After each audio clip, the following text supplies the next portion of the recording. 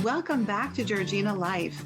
A little while ago, we did a segment on the Optimist Club of Keswick and their oratorical contests. And guess what? We are so lucky to have Madeline Grassi with us today. She is, let's get this right, you were a competitor, district winner, correct?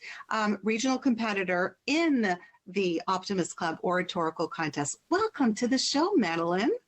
Thank you very much. Thanks for having me.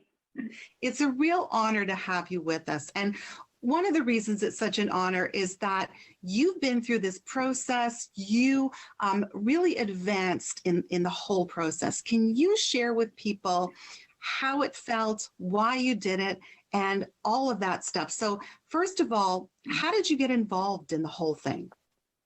Absolutely. Yeah, I think honestly, one day I was sitting at home with my parents and we had come across it. As some people might know as well, I'm super involved with the Sutton Fair and their ambassador program. So it's kind of the same thing. You have to write a speech and present it.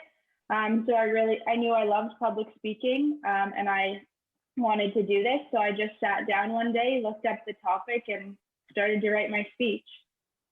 That's fantastic. Now, what exactly was your speech all about? So my speech topic was, is there a fine line between optimism and reality? So then from there, it was kind of a big hit. I mean, I was only in grade 11, I think, at that point. So that was a lot to take in. I really had to think about it before you started to write it. And then ultimately, the best idea that I came up with, which worked pretty well, was that I followed the Optimist Creed, which is basically just a set of rules or things that they follow. And from there, I chose about 5 or 6 of those creeds, and then I related different examples back to those throughout my speech. Right. Now, what was your experience like? I mean, it must have been, was it a little intimidating or was it more fun? Or tell us how you felt about the whole thing. Yeah, absolutely. So I started with the club and the zone. And actually, I was the only competitor in both of those competitions. So I advanced to the district competition kind of with a free pass, but we didn't tell anybody that. And then once I got to the district competition, there was about 8 of us there. And I was the oldest. I did feel pretty confident just in my ability to speak, and I knew I was going to do the best that I could.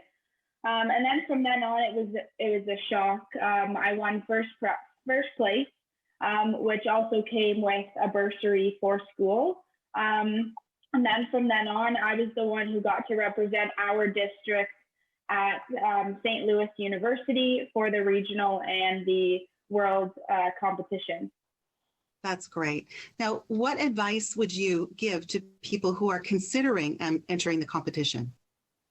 Absolutely. I would say just take that step and go for it.